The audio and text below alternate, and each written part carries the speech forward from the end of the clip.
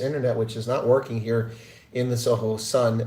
Very disappointing. It took me a little while to get it working here, but it appears to be working now. Welcome from the east coast of South Africa. This is Chris live in Durban, which now many people are calling Dirt Bin. Renette Bernardo says, for once, not late. Well, glad to see you here. Let me say hello to everybody. For some reason, my stream, there we go. Now it's working. Dylan Comberg is here, Chantal Boyson, Raina Bernardo, Sue Walsh, Gus, Sloat, Steamcamp, Garrett Gillich, all quiet on Western Front. No, not so quiet here. Welcome back to the program. Lots to talk about tonight when it comes to coalitions and where we're at, and just a rundown of what's going on. So here's the bottom line, folks. I'll get back to the chat, but I did want to talk about a few things here. First off, my opening monologue for tonight. Welcome back to the program, Chris, live in Durban, South Africa, on the east coast of South Africa, home of East Coast Radio, and an unfunded plug for ECR, East Coast Radio. Well, folks, we've got a situation here where we are running out of time. The National Parliament will meet at 10 o'clock on Friday, as per Chief Justice Raymond Zondo, who has a ceremonial role in holding the ceremony, the events taking place, getting the President sworn in and the Speaker of Parliament sworn in, and that's the first session. That occurs on Friday. Yeah, so that will be interesting. 10 o'clock Friday should be televised. You should find it on SABC and whatever channel you watch this Friday. I will be in Gauteng when that happens, and I will be that morning, 7:30 in the morning. You can find me on Gareth Cliff Central.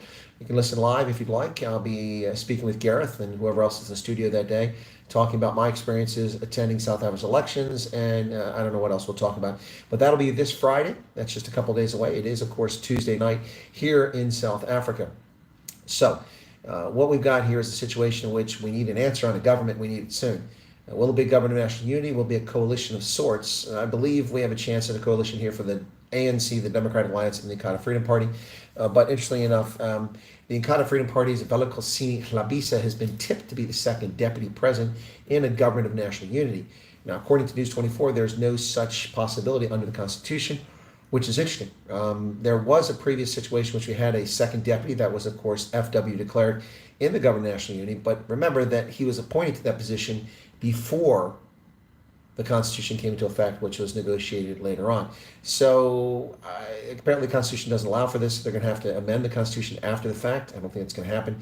I think we got games being played here. Quite frankly, it's stupid and arrogant of the ANC and the DA to not step aside and say neither of our parties are popular enough that we receive the majority of votes. Therefore, we are going to be humble for once, ANC, DA, and we are going to nominate Velikosini Hlabisa from the IFP, because that party has 4% of the vote, and it's credible. He's a good candidate to be the president, and he'll be the next president. But the ANC and the DA apparently can't check their egos enough to make that happen.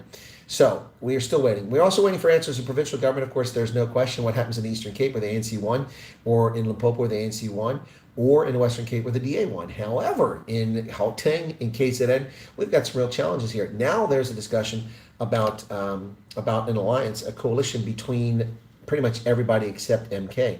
Yeah, so comments coming in from Carol Patton. Ramaphosa's government of national unity is painted as blue in letter to the nation. He sent a signal to investors yesterday that the kind of government of national unity he wants is one that is likes a market economy. Well, if you'd stop stealing, maybe you wouldn't have to worry about that. But hey, now that's the situation you're in. Adrian Basson, he says, history will thank the ANC and DA for realigning our center. With global politics moving to the right, the ANC and the DA could do South Africa a historic favor by strengthening the center around our constitution and its values. The problem with that, of course, is that Adrian Basson has got his finger up his ass again.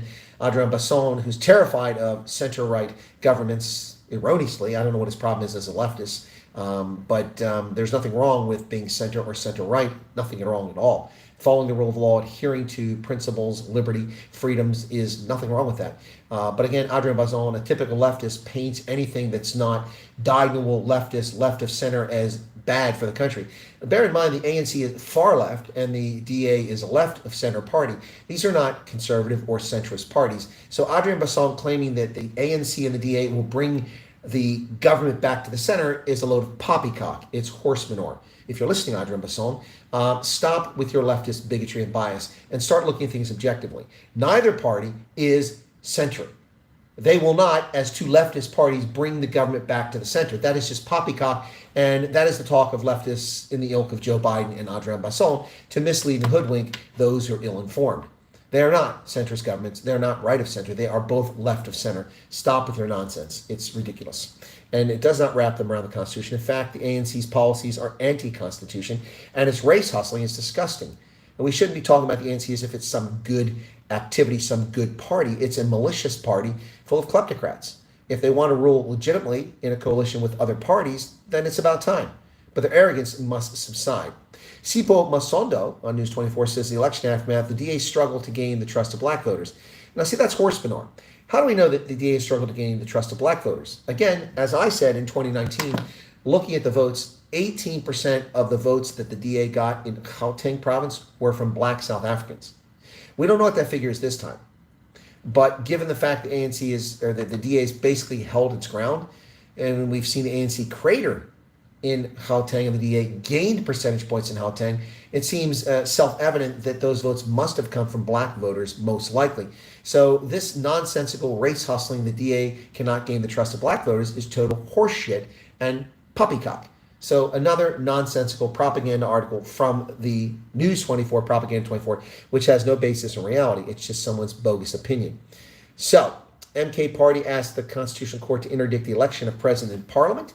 MK is taking Chief Justice Raymond Zondo, Parliament Secretary Zole George, and others to the Apex Court over the party's claims that without its presence at the swearing in, the first sitting will be non-quorum. In other words, it won't have a quorum. Unfortunately for MK, they're full of manure.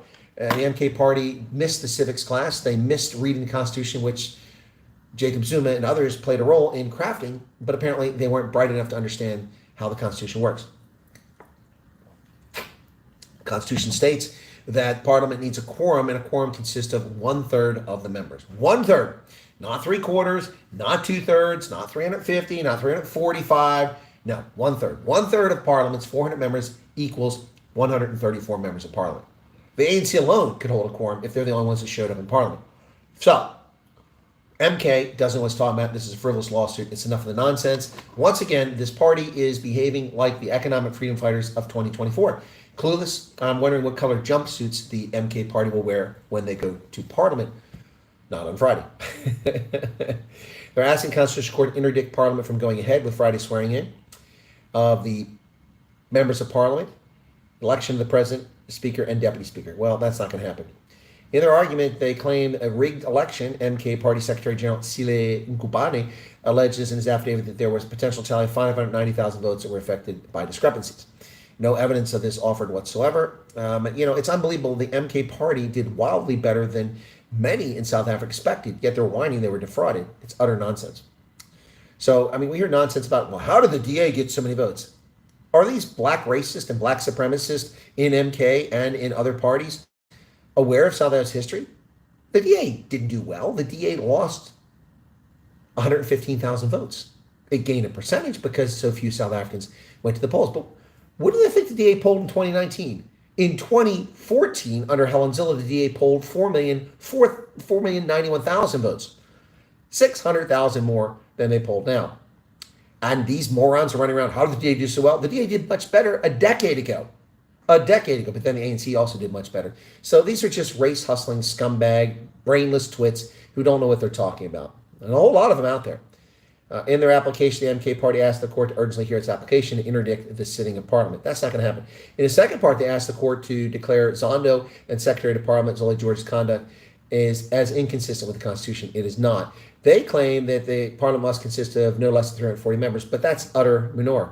That is simply not true. I don't know where they get this stuff from. So, the ANC is running out of options as the economic freedom fighters have been arrogant in their stance. Now, remember, the economic freedom fighters had two non-negotiable demands. They demanded that, of course, Cyril Ramaphosa not be part of the government. Frankly, I don't have a problem with that. And the second thing they demand is that Floyd Shivambu would be the finance minister. Hello, hen house. We're going to let the fox in here now. Where did all our hens go? And fox sitting there with feathers in his mouth. I don't know. Yeah, you're going to let Floyd Shivambu from VBS Vendabank scandal fame, you're going to let him be the finance minister. Yeah, I don't think that's a wise decision. So they apparently are playing hardball with the ANC and nothing's going to happen. Subject to Rule 4, at least 1/3 of members must be present for a vote and be taken on any question before. Exactly. So 1/3, 134. But the MK party cannot read that, apparently. It's in a language they don't understand, English. The DA Federal Council is endorsing engagements to form a government. So they finally weighed in. The body under the control of Helen Zille, I believe. The DA Federal Council unanimously endorsed a resolution affirming the mandate of its leader, John Steenhuisen, and the party's negotiating team to continue with the process toward a formation of governments at national and provincial levels with hung legislatures in order to safeguard the Constitution. So in KZN, we have an interesting development. We're going to get to that in just a second. I am currently sitting in KZN. Thanks everybody for tuning into this late broadcast. I've been very busy, B, and so I can only get around doing this now. We had a flight from PE, 4 o'clock, got here at 5:30, a little bit before that. Got my car, drove to the Sun Coast, checked into my hotel, rushed down for a meet and greet, which was fantastic. Malcolm Clotty finally was able to make it one of our meet and greets. Charles van Onselen, the voice of reason. David was there. Dr. Shireen was not able to come. And other folks came to it as well. It was incredible. We had Happy Chappie was there. Good to see him. First time we met him. And so thank you all for being there. And it made my trip down here worthwhile. Tomorrow I'll head up to Howick. Looking forward to that. Whether I do meet and greet in Howick, I'm not sure if that's going to happen. I do have a teleconference tomorrow at 5 p.m. on rugby with one of the famous rugby sites. They've asked to interview me, so we'll be talking about that tomorrow. Yeah, so anyway, the DA's negotiating team is composed of Helen Zille, Yvonne Meyer, Alan Windy, oh great, Siviwe Garuba, Tony Leon, and Ryan Kotsia. Yeah, the party's federal executive will make the final decision relating to coalitions and the formation of governments at national and provincial level. And they say the DA continues to engage with other parties with the aim of forming stable governments that can ensure a better tomorrow for all of South Africa's people, according to the DA spokesperson Solé Malatsi in a statement. Well, there you go. So, the KZN deal looms as the NFP picks sides. Wow, a deal is in the cards to form a government in KwaZulu-Natal that does not include, ladies and gentlemen, does not include the MK party, the largest bloc of voters. Well, you want to talk about repudiation, you want to talk about some angry MK members. When they can't form a government in KZN, if that happens, it's going to be interesting. But any government forms expected to collapse pretty quickly with a vote of no confidence because MK will buy off one of these smaller parties, guaranteed, hands down. Jacob Zuma will not take this line down. Until Jacob Zuma passes from this earth, the MK will be a force, especially in KZN. So this alliance would be between the ANC, which came in third, the DA, which came in fourth, and the IFP, which came in third, adding in the NFP party, an offshoot of the IFP, to form a government over 50% in KZN. This should be the most interesting government formed, with exception perhaps of Gauteng. Wow. Can you believe this, folks? According to well-placed sources, the KwaZulu-Natal discussions for the province are expected to be finalized with an ANC, DA, IFP, NFP deal Wednesday. Wow, tomorrow. The country's second largest province is deeply fragmented after the election. Former President Jacob Zuma's MK party got 45%, but needs to work with other parties to get that outright majority. They have 37 seats, and that's not enough. They need to be over 40. Wow. The NFP, a splinter party from the IFP, is the kingmaker, but conflicting factions have sent mixed signals about whether they support the MK or the ANC, DA, IFP. So, News 24 claims they've established the NFP represented legislature is more amenable to working with the ANC, DA, IFP. According to unimpeachable sources, the deal party hinges on the IFP and the NFP smoking the peace pipe in local municipalities where the two parties have squabbled. Well, it's time to kiss and make up, folks, and then we'll have a very interesting situation. Now, of course, I mentioned earlier I did a short about the MK party MPs boycotting Friday's swearing in. Talk about an own goal. So the MK party will be the Mampara of the week. I need to do a video on that. The Mampara of the week because of their stupidity. So when the MK party announced, apparently their lawyers sent a letter to the parliament saying that they aren't coming for the sitting of parliament, swearing in on Friday. So they promptly canceled their accommodations and their flights to Cape Town. Talk about unnecessary own goals. Look, I would have taken the flights and the accommodation and gone there and then just not gone to the assembly if you're going to be arrogant. But the MK is not very bright. We'll give them that. Jacob Zuma might be very clever, but his party is not very smart. It is a continuation of circus. Now, let me get to the chat, folks. That's my opening monologue. 139 people here at this late hour. Not as many as last night, but we did go an hour earlier last night. Dylan Combrick is here. Chantal Boyson spelling Malawi. Did I spell Malawi wrong?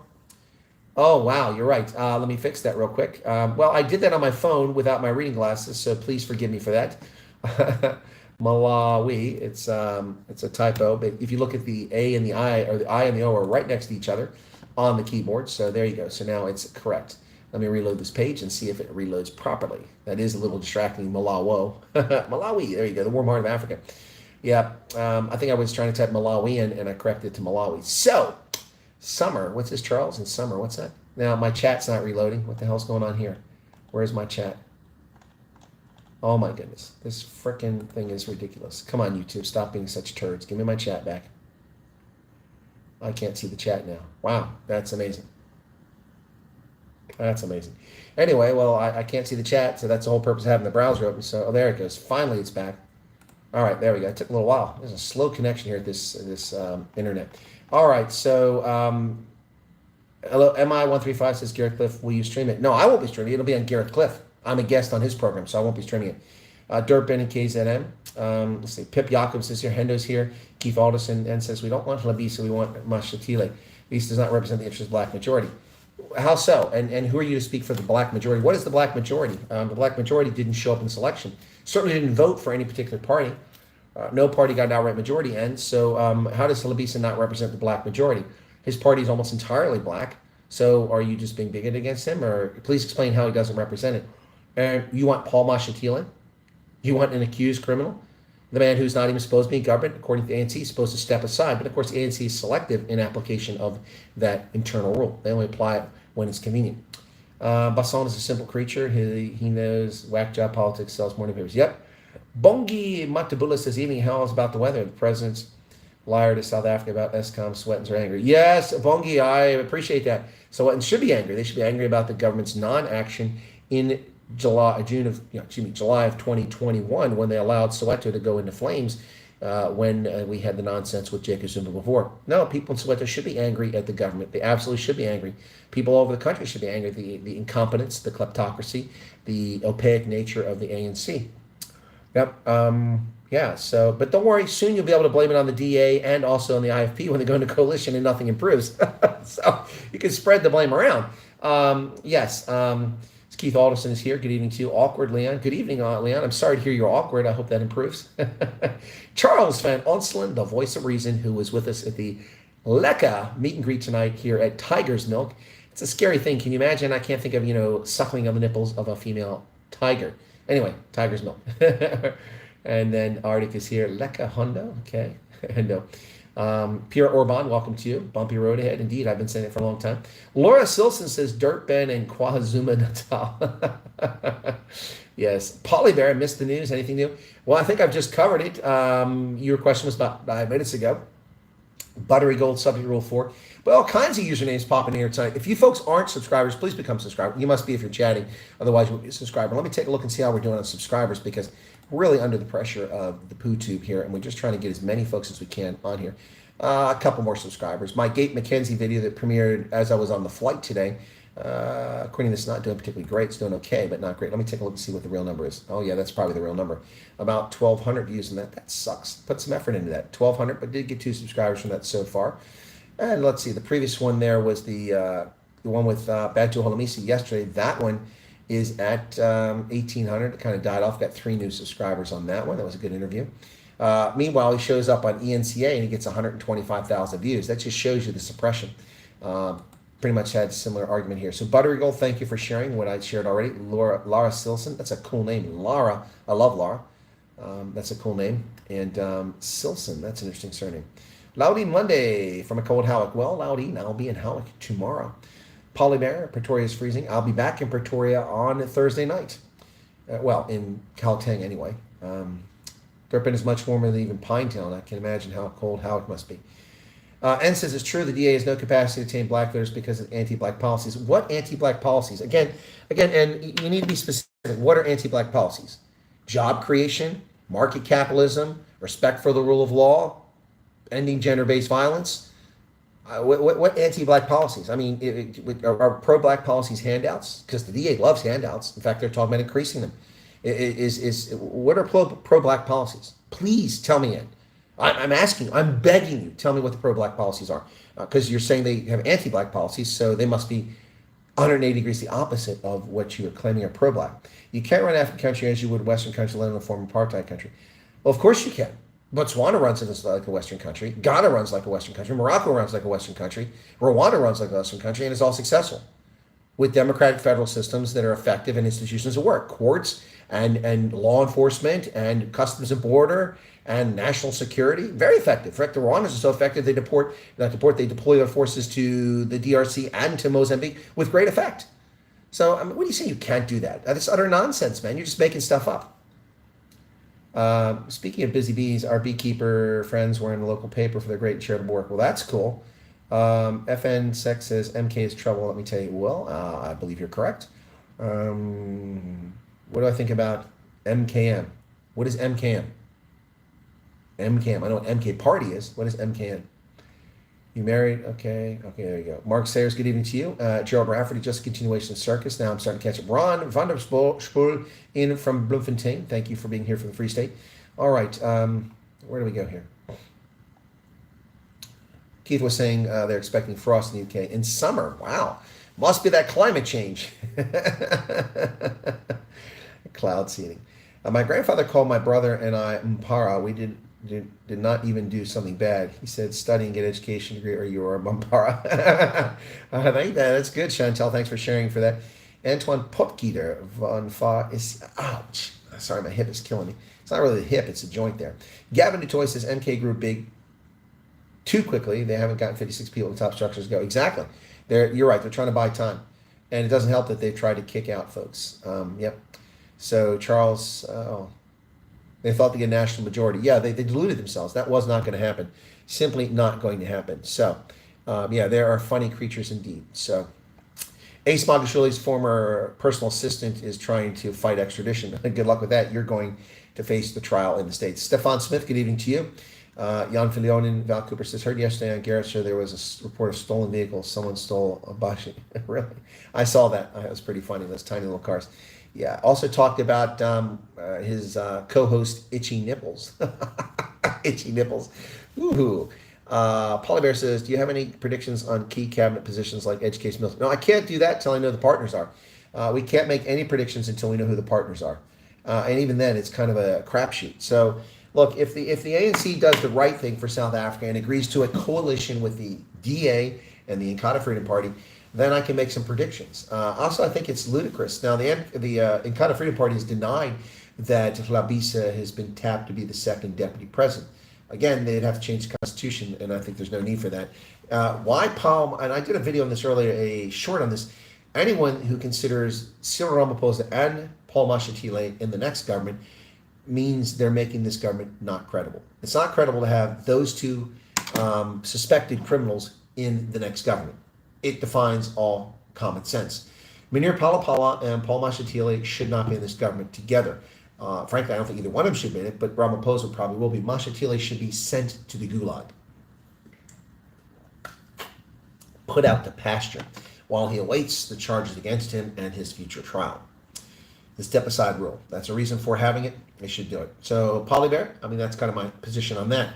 So, what else we got going on here? Taxi operators and transport department reach an impasse. Oh, that's not good. That is not good. So, yeah, I finally got this stupid computer to work here. Not the computer, but the internet here. I had to reboot my computer. Flights and accommodation bookings for MK members will be made if they resolve to attend Friday's sitting. So, the taxpayer will foot the bill for their accommodation and for their flights if they show up on Friday. KZN will be its own state, says Spiritual. Well, I predicted that if there is secession in South Africa, it's likely to be the Zulu before the Western Cape. Whether it's going to happen or not, whoop, we just got an update here. The African Union warns Fitch rating. Oh, what's this? Oh, what's this? Oh, let's check this out. This is interesting. The African Union's peer review mechanism believes the Fitch ratings agency comments on a preferred coalition is premature and unsubstantiated. They undertake a routine analysis of rating, so they are not a governing body, so their comments are unwarranted. Fitch stated the result last week that the ANC will need to rely on support of other large parties to govern. Okay. So apparently the peer review mechanism doesn't like that. Well, the problem with this is that they are no more authoritative than Fitch is. But here's the bottom line. You can ignore the Fitch rating system at your peril, and then you can't borrow any money. Roger Rabbit's back. Good to see you there again. then you can't borrow any money. So good luck with that, you know. So Fitch is an independent private organization to say and do what they want, and if you don't like it, too bad. Too bad. Now, the National Assembly said the cancellation of all flights and accommodation reservations for former President Jacob Zuma's Umkhonto we Sizwe party members following the party's announcement that, why is this page keep loading? What is going on here? I think somebody's in my computer, and you know what? I should probably just do a VPN. Let's just go to a VPN right now so that I don't have this happening, because I think somebody's watching me. Yeah, there's some strange things happening here. So I'll do a VPN, and then I'll tunnel through the VPN. Roger Rapp, you're welcome for the shout out. Good to see you there again. Just before he was Charles Van Onselen saying hello to you, the voice of reason. So let me get in my VPN if it ever opens up here. It's really slow here, my computer. I need to get a new laptop. This one is going to be dropped from 36,000 feet from an aircraft and hopefully submerge itself in the South Atlantic on my way home, because I've had about my fill of this laptop. It is crap. Something is seriously wrong with it. Has been since the day I purchased it. I keep turning off this McAfee service and it keeps coming back. I'm just going to uninstall McAfee. It's just freaking bloatware at this point. It doesn't do what I tell it to do. So anyway, still waiting for the VPN to open. It's still opening. Isn't that amazing? 142 people currently here, just 69 likes. So let me do a quick connect here. And okay, loading IP and ISP info. All right, quick connect should put me into a tunnel somewhere in South Africa here, probably in Durban, possibly. All right, good. So I am connected to VPN. Let's see if I still get this nonsense going on here. So let me reload the page and see if it reloads a second time. AI is here. Yeah, no, it's AI is here. Skynet is real, folks. Nope, now I'm not getting a duplication of the reloading. So something is definitely untoward. Maybe somebody's put some malware on my computer. I'll have to check that. Yeah, anyway, the MK party's approach to Constitutional Court, I've covered that already. But the Fitch ratings, that is comical to hear Fitch say that. What's this? Just in. Let me see when this was published here. Ramaphosa. This is IOL, and this was published 10 hours ago. It says that President Ramaphosa has lost his grip on the ANC National Executive Committee amid government and national unity talks with the DA. Well, highly placed sources within the NEC say there's been a significant shift in the balance of power away from Ramaphosa, particularly following a move to push through an ANC-DA coalition government. This follows the latest NEC meeting of the ANC, where the party discussed its various options of forming a new government. According to sources, the ANC-DA coalition was defeated, with the NEC favoring more measured government and national unity. However, this too is currently proving problematic due to reported attempts within the ANC to frustrate parties like the EFF and MK out of any discussions. Well, the ANC is a dumpster fire, folks. That's the bottom line. Hey, Marilyn, how's it going? It is a dumpster fire, an absolute dumpster fire. And that's the reality here, folks. Artificial intelligence is here, yep.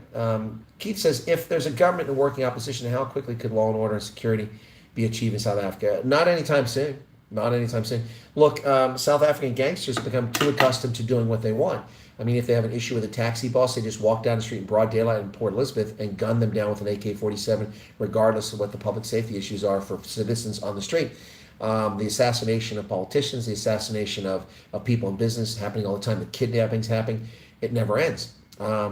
So it will not restore things very quickly. It's going to take some time. You have to start prosecuting, and you need forensics, and you need investigative capability to achieve this. And that is lacking in South Africa. So don't count on this happening anytime soon or fast. It's going to take time. The damage has been so grievous to South Africa's law and order and civil society from the actions of the ANC over the past 15 years in particular, that it will take a very long time for even the people most dedicated to fix South Africa to begin to make a dent in this mess. I've warned people this a long time. The ANC goes to the EF and MK, South Africa's done. Agreed. That's the fast track. That's the Armageddon coalition, which I shared with people. Yep, ANC cartels will corrupt. DA will save this country. Well, spiritual, let's hope you're right, but I wouldn't hold my breath on that. Yep. Yeah, we'll see. So who else we got there? I think we got everybody caught up in the chat. Yeah, 3 to 6 months, many variables. A coalition government or government and national unity may not last very long in South Africa, and that's just the reality, folks. I think people need to accept that. Yeah, let me see if I can reload this page. Apparently, the Eastern Cape leader for the ANC has been asked to stay on after he resigned.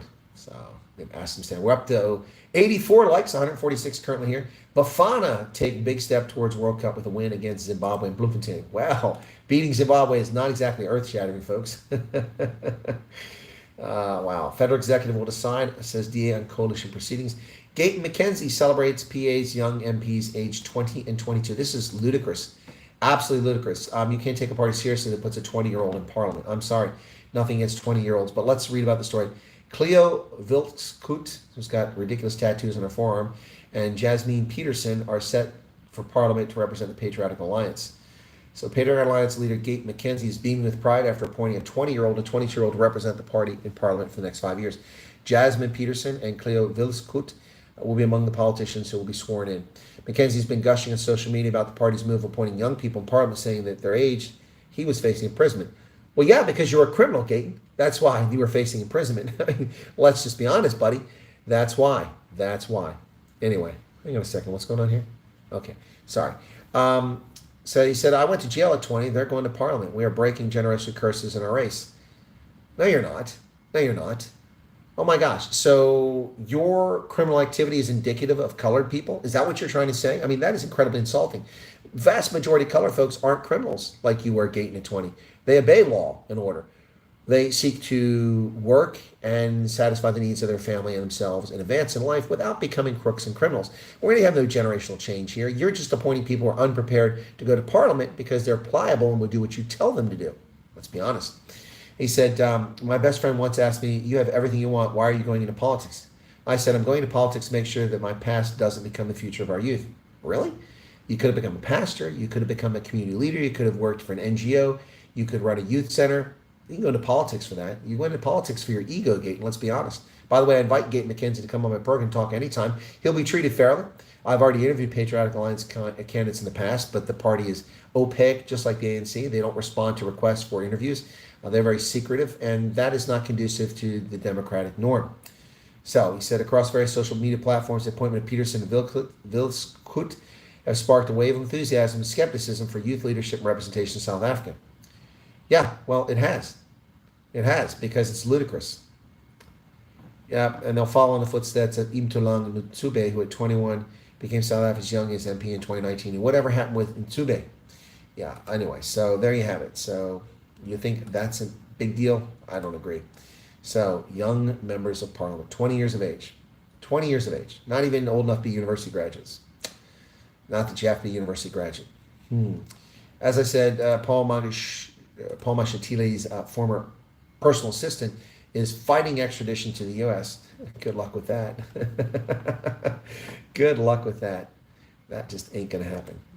So, ex-personal assistant of former Free State Premier Ace Magashule intends to appeal her extradition from the U.S. This follows a Friday ruling by Judge Aaron Aslan of the Maryland District Court, which approved South Africa's extradition application for Marodi Cholota. Going to be prosecuted. She was found extraditable, just like in our legal system. She has the right to either appeal or make representation to Secretary of State U.S., which she indicated she would do, and it ain't going to happen. She's coming back. Yep, the National Prosecuting Authority filed for her extradition in 2022 after linking her to a 255 million rand asbestos deal, which includes Ace Magashule. Yep, so, wow. She's coming back to face the music, folks. Hey, I want to check on my shorts to see if they did all right or not. One of them did okay. No Room at the End has got 3,100, it looks like. So 3,100 views. Let me see. Do we get any subscribers from that? I'm just curious. 8 subscribers. And it didn't do anything for 4 hours. And then suddenly, at 5 o'clock when people got off work, it zoomed. It went from 1,200 to 3,000. Wow. And now we're sitting at 3,800 views, 8 new subscribers. So that one went well. And then my other short I did after that isn't doing quite as well. That was about Gate McKenzie. So I only got 1 subscriber from that. That's at 1,400 views. But hey, thank you all for that. And thanks for people becoming subscribers on the program. Really, really do appreciate it. It is not easy picking up subscribers. So we had this time yesterday.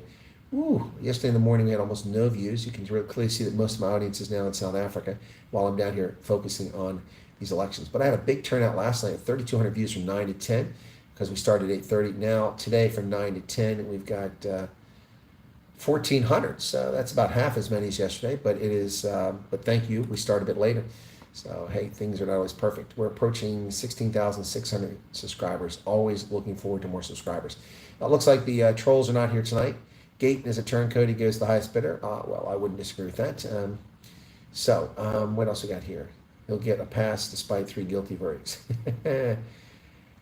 Gayton, what? Embarrassing to send children to Parliament. It is embarrassing to send children to Parliament. They're not prepared for it, and it's a disaster. And what these people will turn into is permanent lifetime politicians who will be part of the woodwork forever and probably never accomplish anything. Now, I could be wrong, but my experience in the past is watching people who are too young serving Congress in the early 20s, let alone at the age of 20, it just doesn't work very well. So you need to have a little bit of life experience and maturity in order to be sitting in such a high position. Those people are welcome to run for local city council and cut their teeth and learn about leadership and governance, but what have they led? Now, there are incredibly, occasionally rare, incredibly effective leaders. I mean, Alexander the Great of Macedonia conquered the world at a very young age. But those people come along once in a blue moon. You don't find them in the streets of Kailicha or Mitchell's Plains, or for that matter, Hatfield or some other racy place. They're rare, like blue diamonds, something you just don't find every day. So, Carlos Puter is here. Welcome to you. Who have I missed? New sub here from Aaron's channel. Well, thank you, Imis Nick Plur. Wow, I'm not sure what that's supposed to mean, but herzlich willkommen bei uns auf unserem Kanal. Unsere Sendung kommt heute Abend aus Durban in KwaZulu-Natal in Südafrika. Ja, ich bin Chris und ich bin Ihre Host heute Abend für unsere Sendung aus Südafrika. Welcome back, folks. Welcome to the program. Thanks for everybody who's joined tonight. I appreciate it. Wade Schultz says hello. Welcome, Wade. Pleasure to see you there. And Alexander the Great had excellent education, was groomed for, correct. And it wasn't just natural leadership. He was designed for it. He was inculcated it. Yes, and Sun Tzu, Art of War, The Rise and Fall of the Roman Empire, The Lord of the Flies, should be mandatory literature. That must be read. I suppose those are good things to read, absolutely. Also, the Arthur Shastra, which is from the Indian subcontinent, which is fascinating. What I like about the Arthur Shastra is it's just blunt. It's real geopolitics. It's realism. In the Arthur Shastra, geopolitically, you ally with your neighbors so that you can defeat a foe, so that you can later eat your neighbors. It's the survival of the fittest in the Arthur Shastra, no doubt about it.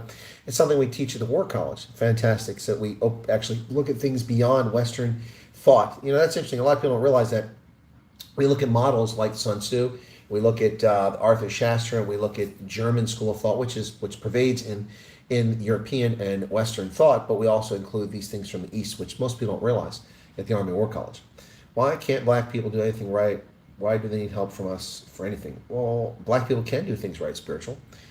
It's just the people in charge happen to be largely black, and they're the incompetent ones. These ideas ought to be put forward as soon as you know your MP is for your region, I think.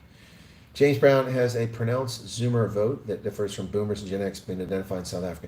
I don't know if it has. Jacques Coetzee, what will be the best coalition of South Africa? Chris Watt. You misspelled my name. That's fine. It's Wyatt, but thank you for asking. So let me just go and talk about that for a couple minutes, Jacques Coetzee. The best coalition option for South Africa, given the current circumstances, is ANC, Democratic Alliance, Inkatha Freedom Party. And in this, once again, the ANC and the DA, neither of which got a majority in this country, neither of which gained votes, both of whom lost votes. The ANC lost 4 million, the DA lost 115,000. Both of them should be humble and say, you know what? We've invited the IFP into this party. They're a credible party with 4% of the popular vote, which is an increase. The only major party that increased their vote, just 30,000, but they did increase their vote. They increased their vote in the face of MK's rise. Think about that. Most of the voters for MK are Zulu. And those people either would have voted for ANC, wouldn't have voted, or possibly would have voted for IFP. Despite the rise of MK, which got 14.5% of the national vote and 45% of the KZN, the IFP gained voters. So the ANC and the DA should be humble and say, we're not going to nominate a presidential candidate. We are going to nominate Velenkosini Hlabisa to be the president. That's the right answer. Now, Ann was here earlier, and of course, I asked for specific examples, and he disappeared in a heartbeat. He disappeared quicker than an episode of Sib Nalan, which is no longer on the air, because he didn't have an answer for me. I asked specifics when he said this, that, and the other. And like many people want to troll, he didn't share his thoughts because he had no thoughts. He's just coming here trolling. The problem is integrity, ethics in the case of South Africa, lack of therefore amongst our current leaders. Yep. Arctic says deeply screwed. Erica's here. Welcome, Erica. You just tuning in from the Western Cape. So Erica, every time on my previous 3 trips to South Africa, Erica was down here in Amazon Toti, just below Durban. and paid a visit to her and many of the people who are viewers down here. This time, she's in the Western Cape. Yep. If MK was going to make COP, they would have already done. Now they're just going to complain and take their MP salaries.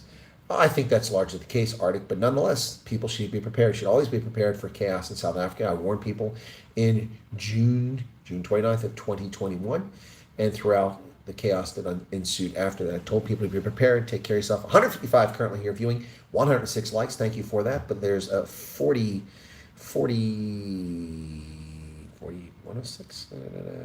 of you that haven't pushed the like button. Leader of the IP traditionally has been the voice of the Zulu king, and that's why Gotcha Buthelezi carried so much respect. Well, here's an important thing. So a couple of events have happened here which have tamped down Jacob Zuma and MK's rhetoric and their troublemaking. Number one, the Zulu king, Mzulu Swetlini, has said that the election was free and fair. We must respect it. That carries a lot of weight with Zulu, and that really counts. I'm not in Amazimtoti, Graham. I'm at the Sun Coast, and I'm only here for tonight. Tomorrow I'll be in Howick. Tomorrow night I'll be staying in Howick. I'll be back down here, passing through Durban, but the only way I'll see people is if maybe you come to the airport, because I don't have time to stop somewhere. Stefan Smith says there's some problems. The DA did increase votes. For example, Mpumalanga DA 112,000, now 137, and also gave us 6 legislative seats. Okay, Stefan, you make a fair point. I'm not talking about provincial vote. I'm talking about the national vote. That's a different story. Provincial vote's a very different story. The DA managed to hold its own in Western Cape despite all the predictions of doom, none of which I made, but other people made. I said the DA would not go below 50%. They didn't. I predicted 52% worst case, and initially they reported 52%, but when they finished counting the votes, apparently it's 55%, which is steady course. People said that the Patriotic Alliance was going to eat all their voter base. That's horse manure. Again, my assessment of the MK and the Patriotic Alliance is that their votes, in large measure, came from people who were not voting or had never voted, and they inspired to come vote. Many of their votes. Although the MK party did poach votes, about 300,000 plus from the EFF, and they also poached probably about 900,000 from the ANC.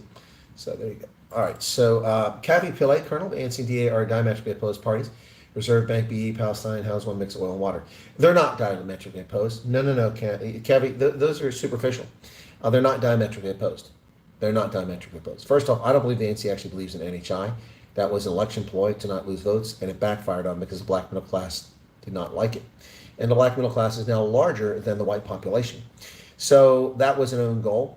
So NHI can disappear despite their argument from Fikile Mabulula, one of the loudest dunderheads out there, that it's non-negotiable.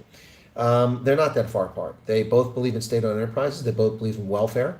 They both believe in expanding the welfare state, giving money to people who do nothing to earn it, and taking from the taxpayers. They both believe in that. They do. So the difference about the ANC and DA are both leftist center parties. They're both leftist. The difference is the ANC is farther left, and it has a tendency towards kleptocracy. But it does have legitimate, honest government officials in the ANC. The question is how many of them remain when the dust settles. So, no, they're not diametrically opposed. The EFF and the DA are diametrically opposed. MK is diametrically opposed. And frankly, the EFF, MK are diametrically opposed, even the ANC in many aspects. So, no, they're not that far apart. Take a close look at their manifestos and see what they believe in. The question is in the execution. So the ANC has never lived up to the execution. Willem Scott says, I did an Ironman event close to Suncoast a week ago. Oh, wow, cool. ANC and DA are a lot closer than MK and EFF. Charles, I just said that. Did I not just say that? Wow. See, the voice of reason, Charles Van also weighs in. Yeah, folks, you don't listen to what Propaganda 24 tells you. Don't listen to what SABC or ENCA or Newsroom Africa tell you. Think for yourself, read the manifestos, and see the differences. I've done that. I've read and analyzed the manifestos of all these parties, and some of them are quite long and very boring, to say the least. But pretty much, with the exception of the ACDP and the Freedom Front Plus, everybody wants to give you money. Everybody wants to give you non-existent handouts. Everybody likes state-owned institutions. This question is some think they can run it better than others, hence the DA versus the ANC. No, they're not that far apart. It's MK and EFF that are far apart from everybody else. The problem is that all these parties that I've just mentioned, except for the Freedom Front and ACDP, are on the far left. The only ones I mentioned that are center or center-right are the two I just mentioned. Most of these other parties are just lunatic fringe parties that have no business in governance whatsoever. So there you have it, folks. There you have it. All right. So, sorry, I'm still getting accustomed wearing reading glasses. It's not something I've ever done before. Awkwardly, it says, like the A, but I'm opposed to some of their policies, like them wanting gender-neutral bathrooms. Exactly. Exactly. That's something the ANC is uncomfortable with. So, see, they come together on that. Gray A says, have you read Anthea Jeffrey's People's War? No, I have not. I have not. But I'm familiar with Anthea Jeffrey. I've been trying to get her for an interview. I know people that know her, but she's very shy, apparently. And I'm working hard on convincing her to come on my program. Erica says, I really missed your visit this time in Durban, but looking forward to having you in Cape Town. Lots of love to John and Paula Tunge tomorrow when you go to Howick. All right. Prince Chibakulo is back. The government should drop the case against Israel, leave BRICS, and pass business-friendly laws. 100%. That would solve so many South Africa's problems instantly. MK extreme left, then EFF, ANC left, but not as much. DA left of center. We have no right-wing parties. Freedom from Plus is center. Exactly, Charles. NACDP is also pretty center. Yep. By hook or crook, the vertical power structure will push NHI onto us and other socialist taxes, and the country will collapse. Yep. Chris Ehlers is here. I missed that. Welcome, Chris. And Athena, welcome back. What won't happen, Athena? NHI? What won't happen? See, the problem is I don't know where your thought came from or where that comment is. Please share what won't happen. Hashtag hope for South Africa, 4 months old, a lot of votes for a young party. How many votes did they get? I didn't see that. So let's take a look at the IEC. Let me see. IEC election results homepage, Electoral Commission of South Africa. Let's look for this. You say a lot of votes. Let's see what a lot of votes are. The referendum party only got 5,600 votes. So, all right. So, okay, detailed analysis. Come on, let's go there. Yeah, the ANC didn't get 42.2. They are 40.2. They got 40.18. That's pretty sad. All right. So the party you called, what was that? The hashtag party, Hope for South Africa. Okay, let's see. All right. National. What's going on here? Nationally. Hope for South Africa. Oh, well, actually, 44,184 votes. That's actually impressive. That's more than UIM, who got 38,000. Azapo got 37. Wow. But they finished outside of a seat. The party with the lowest number. So Good got 65,000. They only had 28,000. How did that number change? Good got 65,000 in one seat. UAT got 67,900. And that's the last of the parties that got a seat. So Hope for SA missed out by, it looks like about 20,000, 25,000. COPE got 30,000. So these numbers really changed in the end. Let me see what the OHM got 11,000. Okay. And the referendum party got 8,000 total. So that's 2,000 short of what they're supposed to get. That's better than what was reported. There must have been a lot of vote counting that came after the fact because I was watching these election results and they were nowhere near that. I mean, as I said, the referendum party only had 5,000. They've increased it by 40% to 8,000. COPE went up a bit too. And the big one jump here is for the Good Party. Tunny Pat only had 28,000 votes when the election closed. Now they're at 65,000. Wow. But they're down. They had 0.4% of the vote last time and a much higher number of voters. This time they had 0.18, so that's a huge drop for them. Anyway, Freedom Front Plus, okay, wait a second. So the Freedom Front Plus, according to the, oh, okay, all right, this is not the true numbers. These are not the raw numbers. This is proportional. See, I don't like that crap. So they're giving the ANC 12 million votes and the DA 6 million, but no, that's bullshit. This is nonsense. This is nonsense. This is the altered numbers, which is horse manure. So that's not true. The Good Party got 28,000. Yeah, no, this is bullshit. This is combining proportional. These aren't real votes. You don't combine votes for a party from two different ballots. That's bullshit. ANC with 12,698,000. They actually had 6.4 million. And the DA only had 3.5 million. Now this is just crap. They've changed this. Wow, I haven't looked at this site in a while. That is just crap. Let me see if I can adjust that. National Assembly. No, it doesn't do that. Wow. Anyway, this is total crap. That's useless information. So let me go to the Google because those people have the wrong numbers to the South African to the God bless it, the Wikipedia. South African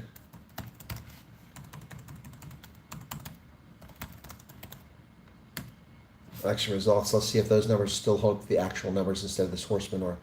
Where's Wikipedia? Come on. There is Wikipedia. Okay, let's see what they do if they've adjusted this now because I hate that. Okay, that's the seats. Let's go down to the raw votes. I want the raw votes. Come on. Jesus, a long way down. Okay, that's percentages still. I want raw votes. Come on, raw votes. Yeah, here we go. Raw votes. This is the real information.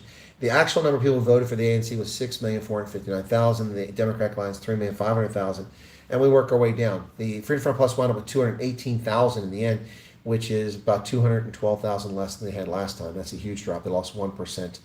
From 2+% to 1.3%. Patriotic Alliance jumped a lot. They got 330,000. ACDP got 96,000. And then this is where, come on, find Tiny Pat here. Where's she at? The Good Party, 29,000. That's the actual number of votes. That's nothing. Nothing. Hope for South Africa, 27,000, not 44,000. And the United Independent Movement got 20,003 votes. So they improved a little bit. So that's not too bad. Anyway, so where did that one human thing there from Bernardo, what did she do? I'm looking for that really quickly here. In the end, what did they get? Because they're on the national ballot too. They got to be out here somewhere. They got like 11,000, I thought. Forum for Service Delivery, that's from Northwest Province. They got 11,000. That's not bad. And I don't see the one human. Maybe they're only on the regional ballot. I thought they were here. Anyway, all right. So yeah, that's the actual vote. That's the raw vote, and that's what matters. Yeah, on the national ballot, the ANC got 40%. On the regional ballot, they got 6.2 million, so less, 39%. And that's where people mix the numbers up. They're confusing the two. You can't add those two together and count them. One OHM, I know, but I can't find them in this sheet here. OHM. They're not listed here unless I missed it. No, they're not listed here. I don't know why they're not listed here. So interesting. But there it is. Organic Humanity Movement, 5,200. And then they got 6,400. So, yep. And the Referendum Party got 3,800 on the national ballot. Wow. So that's all they got was 3,800 was the Referendum Party. That's a disaster. That's unfortunate. They probably put a dent in the secession movement for Western Cape. What else? MK is being denied air tickets, accommodation for Parliament Friday. Nope, they're not. They just have to agree to come sit for the session. Rena Bernardo, thank you. That's, they just got a handful of votes. What else we got here? What happens if they find that MK actually did forge signatures? Well, then there'll be criminal charges preferred. And I don't know what happens after that. I don't know if they invalidate all the positions because they shouldn't have appeared on the ballot and allocate the seats elsewhere. That would be a fascinating situation. I don't know. I've been inquiring. I'm trying to find out. I don't know that anybody that knows. I know one person that might know, and I can ask him, but I don't even know he knows for sure. It is an interesting development. And that's why it's been so annoying that the IEC has not concluded their investigation, or at least shared it publicly, into that allegation that they fraudulently got signatures, which is a no-no. I know in America you can go to jail for it. At least in Pennsylvania you can. Laban says, meeting with the colonel is awesome, isn't it? Yeah, it's pretty cool for me too. Criminal charges, sure, by what court? Charleston met him last year, but in Amazon Toady. Yep. No court will touch their cater. That's true. Bernardo is sharing that is her sister-in-law. Yes, I didn't know that you wanted that public information. Yes, you are Odez's sibling. Odez is not a person I'm a fan of because of his shyster-like behavior. Paulie is up there. Paulie is the brains behind the operation. He's been absent, busy studying to improve himself. So selfish, Paulie. Just trying to be a better firefighter, a better rescuer, a better leader. Shame on you. So selfish. Didn't have 5 minutes to spend with me in Western Cape. My feelings are really hurt. I'm crushed. I won't be coming back to South Africa ever again because Paulie blew me off. Willem Scott says, can you briefly explain what is happening in Europe with far-right parties doing well? I thought I explained it last night, but maybe missed it, Willem. So it's not new. Somebody last night said this is a new development. It's not a new development, and it's not something to worry about.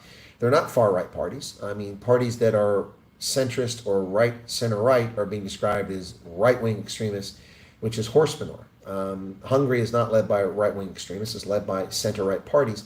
And because they don't want their country invaded by criminal alien invaders and occupied, and their daughters raped and their wives abused in public and their cities overrun by people who have no business being hungry, they are portrayed as extremists.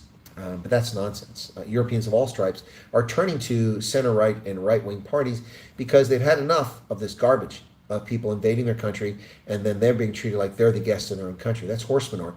I mean, when Muslim and let's get this straight here. This is not an attack on Muslims. I got no problem with Muslims. I live in Muslim majority countries. I've practiced fasting during Ramadan when I lived in Tunisia. I have no issues with Muslims. Some people do. Some of my viewers do, but I don't. But I have an issue with people who come to your country as guests and then walk around wearing hijab and verbally assaulting German women for eating during Ramadan.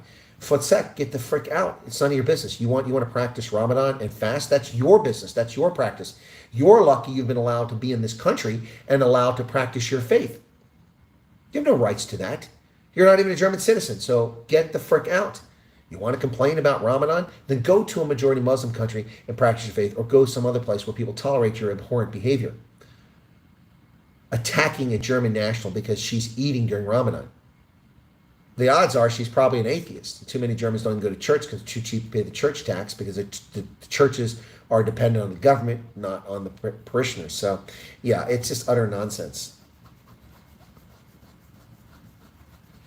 Can't help feeling that South Africans are sitting in a huge petard. Joking atheist says Odessa is a moron of epic proportions. Wow. Rainette says, no problem. We're not on speaking terms. No worries. I'm nice. I've actually mentioned it live in the past. We're Sibs.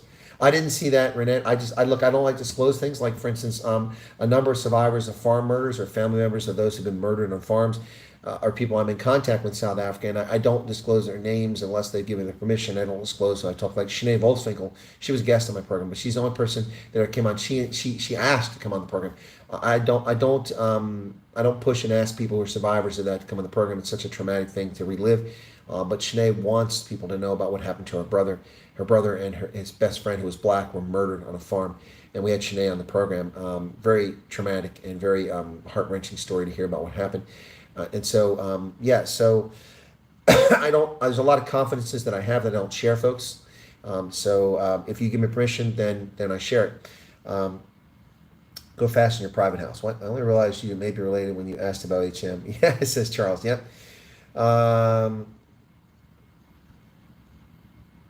Driving. So live streaming while driving in the car. Yeah. Yep. Paracenter. What? John X. So what's to prevent ANC MK deliberately stalling government national unity coalition talks to force return to the polls? Jay-Z wanted to recount until his party held the national majority. You're listening carefully. Well, John X, thank you for listening carefully. Thank you for being here, and thank you for your subscription. I do appreciate that. Bye bye, donkey. K a la boa. Merci mille fois, vielen Dank. So, let me say, what's to stop them? Well, ANC and MK are like oil and water. Earlier, somebody said the DA and ANC are like oil and water. That's not accurate. The ANC and MK are like oil and water, and much of the ANC is bumhurt because they consider Jacob Zuma to be a traitor to the ANC. And there is not much stomach for an MK alliance. There's not much for DA, but there's even less for an MK alliance inside the halls of the National Executive Committee. Not going to happen unless it's in desperation. And there's no need for desperation. They don't need the 14.8%. The ANC just needs 10%. They could do a coalition with EFF and the Patriotic Alliance and get 51% and be in government with a coalition and not need a government national unity. But they don't want to do that. They could also reach out to Action SA. That would give them 1.6%. To the PA, that would give them 2, so it's 3.6%, and suddenly 40 is almost 44. Now they need 6% more. Not easy, but not impossible. There are 18 parties in Parliament. They just have to make a lot of backroom deals. They don't have to do it with the DA. They don't have to do it with MK. But once you get past, you got to pick one of those top parties. You got to take EFF, the DA, or MK to form an alliance. Yeah. Antoinette says, good evening. What do you think about Action SA's performance? I think it's very disappointing. And I suspect that Action SA feels the same way. I tried to get an interview with Herman Mashaba. Michael Beaumont, very busy guy. He's the number I have. Didn't respond to my message. I've talked to Michael Beaumont. He's a nice chap from what I've seen. And I had lunch with him at the multi-party charter. And I've interviewed Herman Mashaba, but I could not reach them for this election. Very frustrating. Perhaps after the election, I can reach out to them and see if I can get them. I'll try. And maybe I can get Michael on the channel to talk about it. But I think the results were very disappointing. And if you notice, Action SA said that neither Beaumont nor Herman Mashaba will be entering the government. Both of them will be focusing on getting votes in the 2026 municipal elections. I think that's a smart move. So their top candidate to go into Parliament will be Athol Trout, former minority whip for the DA and the official opposition. So very experienced parliamentarian, former mayor of Nelson Mandela Bay. So he'll be leading Action SA team of 6 in the Parliament. And so I think that's a smart move. But yeah, Action SA, very disappointing performance. Very disappointing. Let's take a look at the numbers here very quickly. Their total raw numbers. That's what I want, not the bullshit numbers that they put together at the IEC. So, come on, let's get there. Action SA had 192,000 votes. Less than Freedom Front Plus. Yep. Yeah, and they got 219,000 on the regional ballot. So not much at all. They get 6 seats in Parliament. So, wow. Yeah, that's very disappointing. A lot of people thought Action SA would do better in Gauteng. Yeah, but they just didn't do it. They didn't pull it off. So that's unfortunate. Let me take a look at if this map will do it. Let me see. They don't do the IEC one. They've got the other. They don't do the Action SA. They've got ANC, DA, EFF, and MK. Yeah, the MK is pretty obvious. It's dark green for KZN and green from Mpumalanga and Gauteng. ANC's got some dark green in a few places like Limpopo, but it gets lighter in a lot of other places. So, yeah. The DA's strongest performance, let me take a look at this map. So, the DA performance in the Western Cape, 53%, in Eastern Cape, 14.9%. They did better in the Eastern Cape than they did in KZN. In the KZN, the DA only got 13.4%. In the Free State, 21.6%. In Northern Cape, 20.9%. In Northwest, 13%. In Limpopo, 6%. That's their worst performer. And in Mpumalanga, 12%. So their best performances were in the Western Cape and Gauteng, which is what we expected, 27% in Gauteng. For the EFF, their worst performance was in KZN. They are non-factor, 2.4%. Not even, so MK can't even take the EFF and go into coalition and rule in KZN. So the other parties can get together without either the MK or the EFF and rule KZN. That's going to be quite a comeuppance. But the EFF's best performance was actually in Northwest. And I'm sorry, in Free State. It's Northwest. In Northwest, they got 17.3% of the vote. And in Gauteng, 12.9%. In Free State, 14%. They're pretty consistent, many of these. But where they got killed was in the two most populous provinces where they got nothing. 2.4% in KZN. And I'm sorry, in Gauteng they did well. But then in Western Cape, they got 5%. So the EFF just didn't do well all over the board. So, who else we got here? MK's performance, they basically, 2 provinces. The rest of the country, they're not even recognized. In KZN, they got 44.9%. In Mpumalanga, they got 16.8%. In Gauteng, they got 9.8%. After that, it's nothing. It's just a rounding error. 0.9% in Limpopo, 2.1% in Northwest, 0.8% in Northern Cape, 2.2% in the Free State, 1.4% in Eastern Cape, 0.6% in the Western Cape, and 0.8% in Northern Cape. I think I said it already. So that's they've done nothing outside of their Zulu base. Now there's one here. ANC seat loss. That's too small to read. Why is it so small? 71 seats lost. Okay, so they lost in Gauteng 9 seats. They gained 1 in Limpopo. They lost 2 in the Free State, 2 in the Eastern. They lost 2 in the Eastern Cape. Wow. And they lost 2 in the Western Cape. And they lost 4, 8, 12, 16, 17 in KZN. Wow, that's crazy. 71 total they lost. So there you go. That's interesting stuff. Let me just get rid of this real quick. There we go. And provincial legislatures. What do we got here?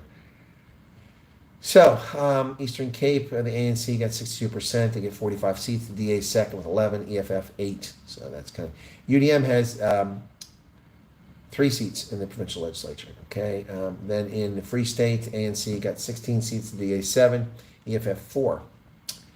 In Gauteng, the ANC has 28. They lost 9 seats in Gauteng. They lost 15 points in Gauteng. The DA lost a little bit of vote, 0.02, but they gained 2 seats. They have 22, so within 6 seats of being the largest party in Gauteng. EFF has 11. They're flat. They didn't gain anything. MK got 8 seats. Action SA got 3. So Action SA and the DA got 25. That's not enough. You need 40.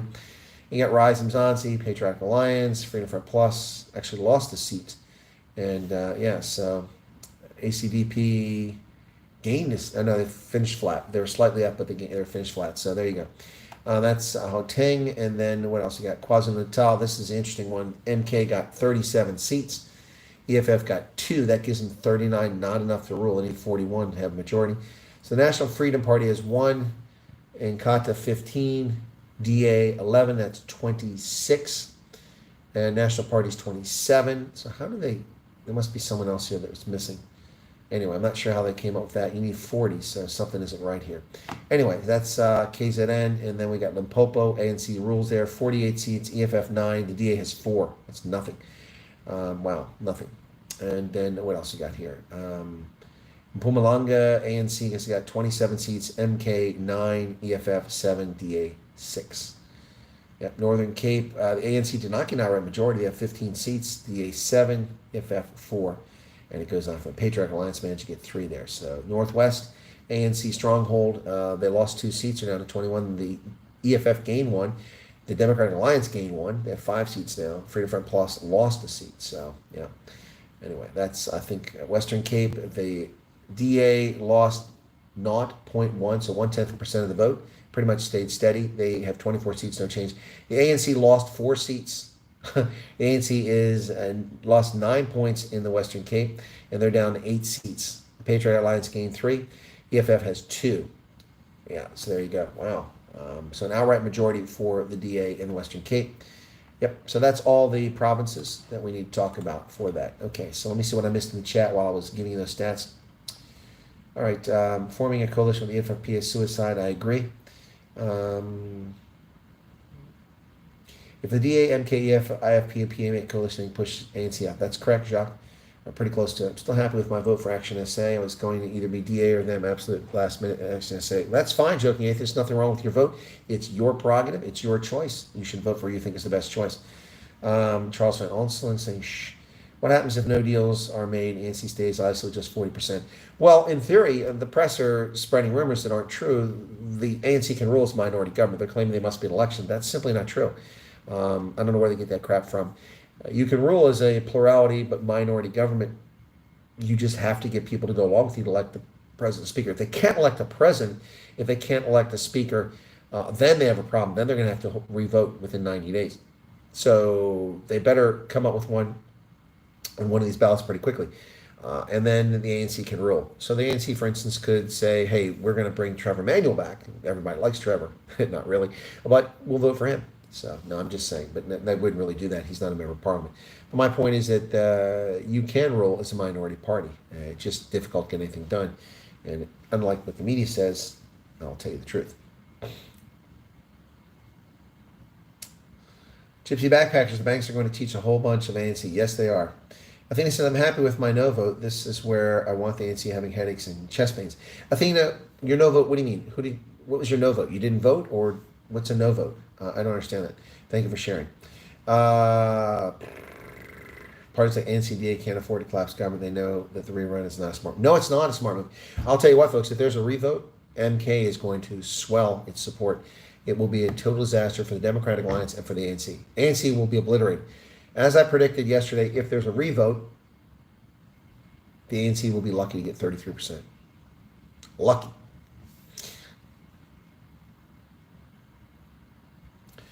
Pierre Orban is here. What else we got there? So,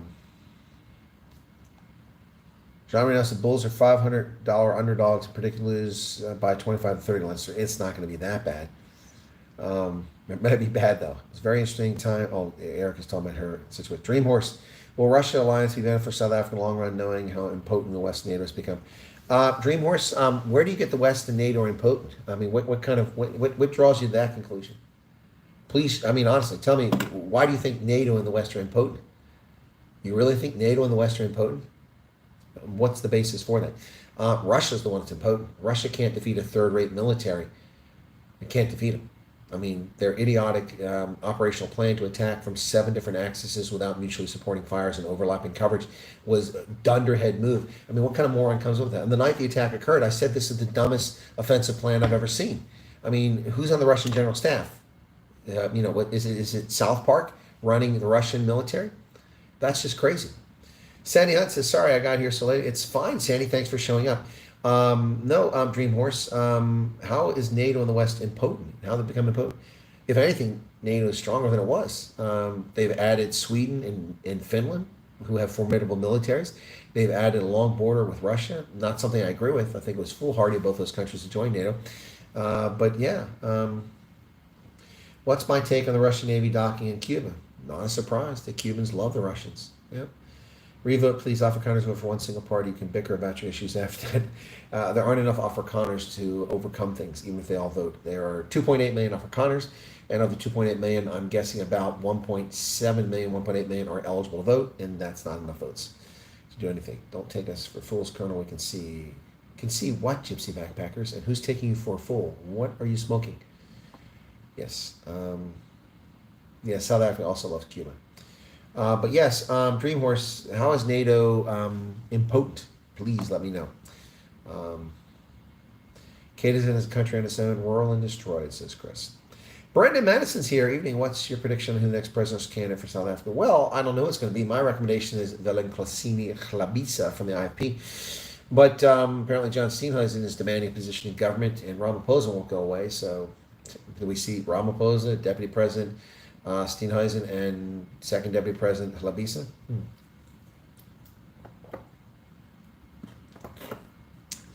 The Russian plan was dependent on them taking at least one airfield in order to resupply and reinforce, fully execute a vastly unrest Ukrainian response. Yeah, and also disjointing. The smart money for a Russian operational plan would have been a simple advance on two axes. Actually three, two coordinated and one on its own. The main attack should have come, excuse me, I gotta sneeze. Should have come from the Crimea, cutting off the Dnieper River and trapping Ukrainians between the Donbass and the Dnieper. Overwhelming force coming up there, overwhelming air support. You should drop paratroopers in to seize lodgement points and bridgeheads, and then trap the Ukrainians in the eastern Donbass, and then annihilate them just like the Germans did, piecemeal. And then advance to the Dnieper. That would have taken place much easier. The only other thing they should have considered was an advance on Kiev, and that should have been supported. But the Russians advanced straight down one line of axis towards Kiev with not their most modern equipment, not their best troops, and then there was nobody on their flank. So they left their left flank exposed as they came south towards Kiev. This is idiotic. What kind of moron designs an offensive like this? Prigozhin did the same thing, but at least in 18 hours, he nearly got to the gates of Moscow. If he hadn't been such a dumbass, then we wouldn't see Putin in power anymore. Would have overthrown the government. I mean, Prigozhin advanced further in 18 hours than the Wehrmacht did in 3 months. Think about that, folks. Think about that. 18 hours took them 3 months. But of course, they were facing several million Soviet troops. Prigozhin was behind Russian lines, facing civilians as he drove north toward Moscow unopposed. So let's put that in context. But no, so they came down towards Kiev and left their left flank exposed. The Ukrainians moved into that salient between Ukrainian forces to the northeast and those coming directly south. There was a huge gap there, and they pushed the Russians back. With their flank exposed along the Dnieper, the Russians retreated after they got their nose bloodied on the gates of Kiev. Dumb attack. Dumb attack. Frankly, given that the strategic goal and objective of Russia, in my view, is to capture the eastern third of Ukraine and annex it to Russia, they simply should have focused on the territory east of the Dnieper. That's what I would have done. It's a dumb offensive plan. The Russians are not very bright. They're not very effective. They're not very impressive. Look, any army who gang rapes recruits is not an army that has the loyalty of its soldiers. What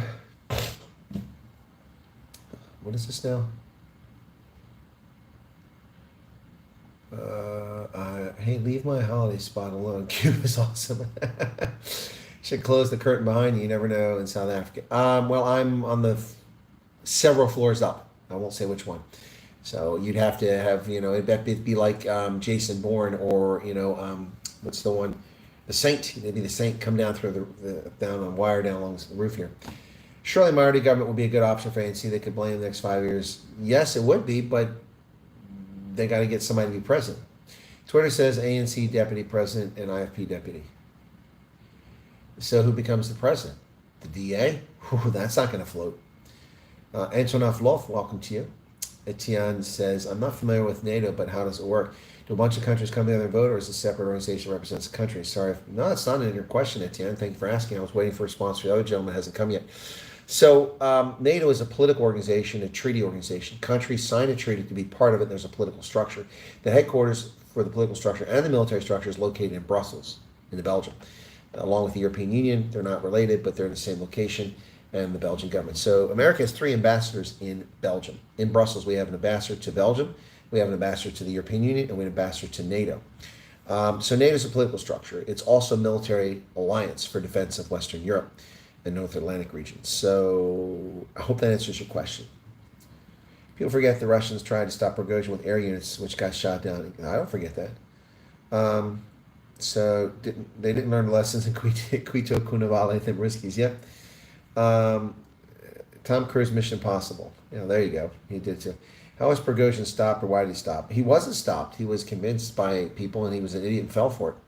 If you're going to make that move against Putin, you got to go all the way. If you do it, you got to go all in. He didn't, and he was killed in a plane crash, which was shot down most likely. What else? 50 cal. Russian-Ukraine war is messing up farmers' wheat prices. Not so much, Philip. Don't believe that. That's blown way out of proportion. Let me tell you how it's blown up. 131 likes. Thanks for that, folks. That's blown way out of proportion. First off, without Russian Ukrainian wheat, that's half the world's global export. That's nonsense. The two countries are about 20% of the global export of wheat. There was plenty of wheat in the pipeline when this war started, so it didn't affect the price. It might be affecting now, but a lot of that wheat is getting through, and wheat is grown in plenty of levels to meet the global market need in Australia, in Canada, in the United States, among others. So yes, it has an impact, but it's not the impact that the media wants you to believe. This nonsense about how it's affecting Africans. Sudan grows wheat, and you must sell it to the government. Well, the government doesn't have enough money, and then they had a bumper crop in 2022. And most of it sat out in bags and got wet and rotted, and rats ate it, and it was never sold because they couldn't sell it to anybody but the government. And so they wasted a big chunk of their actual wheat harvest. And so the people are like, the Sudanese are starving. Well, yeah, because they've got a government that's run by socialist morons, and now there's a war. Did you see the USA beat Pakistan? Oh, yeah, I know, I saw that. In cricket you're talking about. Etienne says, thank you. You're welcome, Etienne. That wasn't a dumb question. Feel free to ask your questions. And the gentleman who talked about NATO, look, I hope you didn't take offense. It wasn't. I'm just asking you, how is NATO impotent? I'm curious. It was Dreamhorse. How is NATO impotent? Well, I mean, NATO is under pressure, but that's because its political leaders are involving their countries in a proxy war with the Russians. And as a consequence, the United States has no artillery ammunition. Our 155 is our main artillery system, and we've shipped our war stock to NATO, or to Ukraine, to kill Russians for Joe Biden's proxy war to hide his crimes in Ukraine. Yeah. Pakistan killed Canada today. Well, we killed Canada too. Fertilizer prices are still stupid high since Ukraine. Yeah, it's BS because there's no need for that. The fertilizer is based off of petroleum or guano or other inputs or phosphates, and phosphates come from Morocco, not from Russia. Oil comes from all over the world, which also produces fertilizer. And guano comes from Namibia. So it's a very distorted market. People are taking advantage of it, in my view. Probably affected Africa most because they're at the end of the food chain. Poor distribution probably causes more death than anything else. Well, Africa produces enough food to feed itself, and it doesn't distribute it properly, so it imports lots of food needlessly. So I understand the Russians are selling Ukrainian wheat to the world at far lower prices than market value. How are the Russians selling Ukrainian wheat? The agreement was for the Ukrainians to be allowed to export their wheat, not that the Russians take it over, so I'm a little puzzled. Are you saying that the eastern Donbass fields are being harvested and wheat? Because that's not possible. Unless it's winter wheat, there's no wheat being harvested right now. Winter wheat is being harvested in America, in the Northern Hemisphere, because you planted in the previous winter before the snows fall, and then the seeds germinate in the spring and you harvest it in June. So is that what we're talking about? Or are we talking about standard wheat, which is harvested in September, October?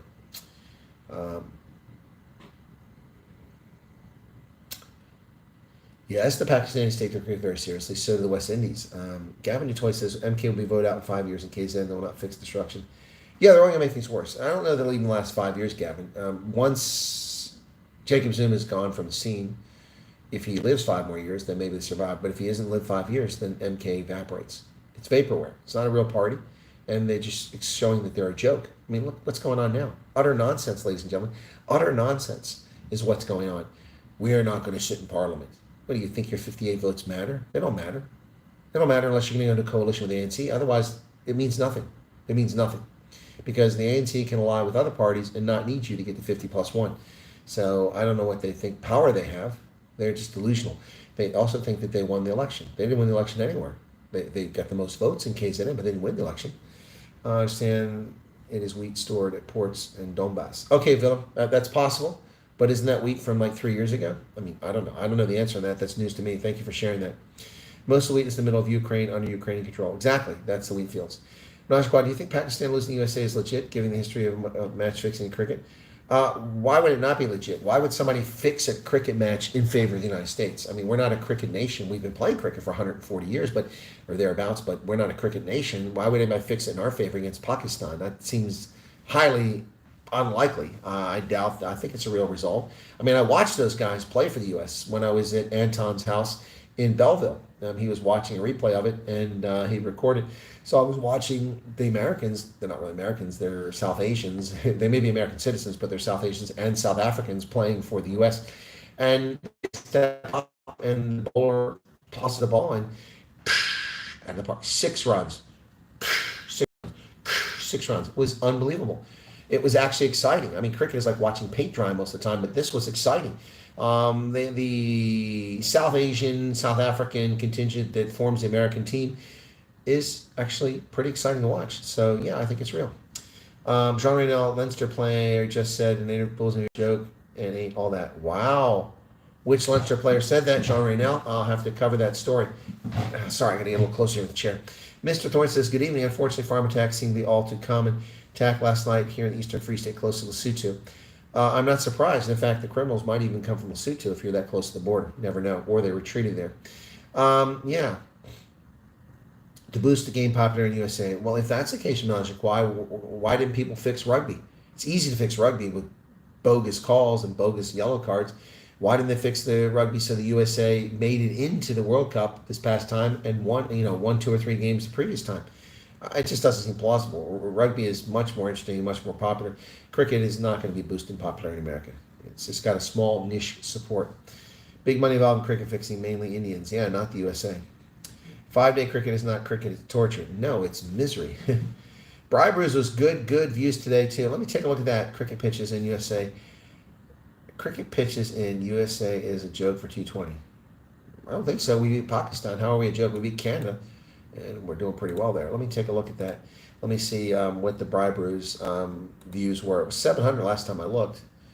That was unannounced Briberies too. So Briberies, oh yeah, that's looking pretty good there. Let me see. Briberies has gotten 2,600, no new subscribers, so 2,600 views exactly. That's not bad. Not bad. Not great, not like the old days, but we had a 24,000 live stream on election night. Boy, I'd kill for some more of those. Maybe Friday I'll get a bunch more views for that. That'd be really cool. And more people discover the channel. So, yeah. So Pakistan lost in Super Over bowling. Guys, you're losing me. I mean, I'm not that interested in cricket. I mean, you're welcome to chat about it, but I'm not a subject matter expert on it. So, by the way, how do you like my plaster? I had to get a FlySaff Air luggage sticker because my plaster came off on that big cut that I put on my thumb. So I need to get another plaster. Yikes. Notice how I call it a plaster. It's not a plaster. It's a bandage. A Band-Aid. Yep.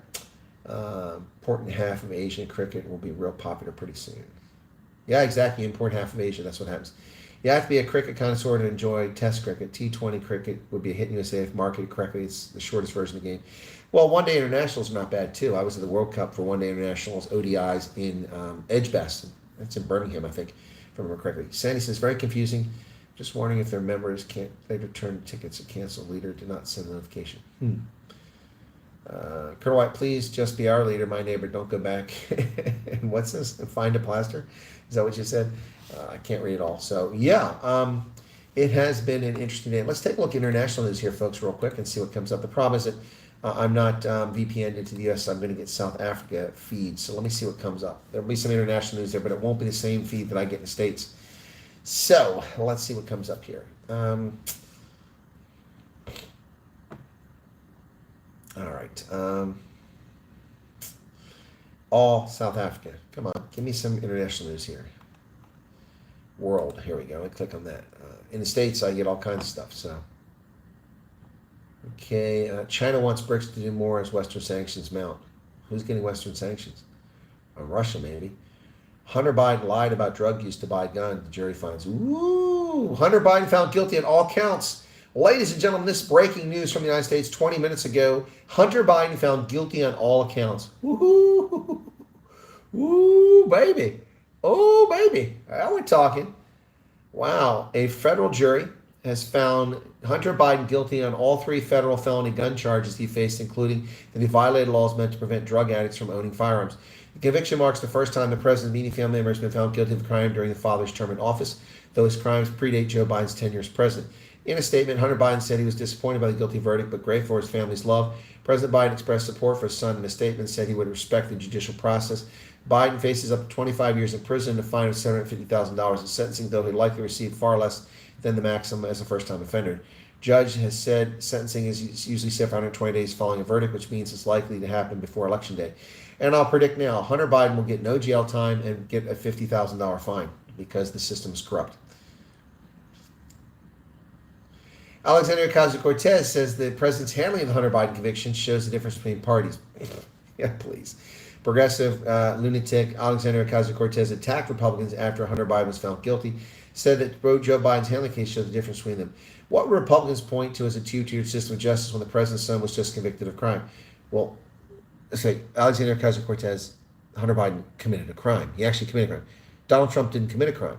The father of 12 who sat on a sidewalk did not commit, or excuse me, who defended his son who was being assaulted by a leftist lunatic on a street did not commit a crime. You have the right to use deadly force to protect life and limb and property in every jurisdiction in America. And the man jumped in when his son was being physically assaulted by some scumbag leftist hate wanker and then was hauled in under federal charges and treated like a serious criminal in front of his family on Sunday of all days. Why? Because he's a Christian. They meant to insult and undermine him and destroy his family. Scumbags. It is a two-tiered system of justice, you dingbat doorknob, Alexandria Ocasio-Cortez. Your IQ is lower than a doorknob, AOC. Trying to equate Hunter Biden, a drug addict, a felon who waved a firearm when he's doing hookers and blow, when he wasn't authorized to have a firearm, and you're trying to equate that with the fraudulent prosecution of conservatives. She is a dingbat doorknob of the highest proportions. I mean, the IQ of someone like Alexandria Ocasio-Cortez is lower than her bra size. Yes. Anyway, asked if she was concerned the guilty verdict would hurt the president, she said, I don't think so, because the president's not weaponizing and abusing his power. Instead, he's respecting the judicial system as it's working, accepting. Really? The president is not weaponizing the judicial system.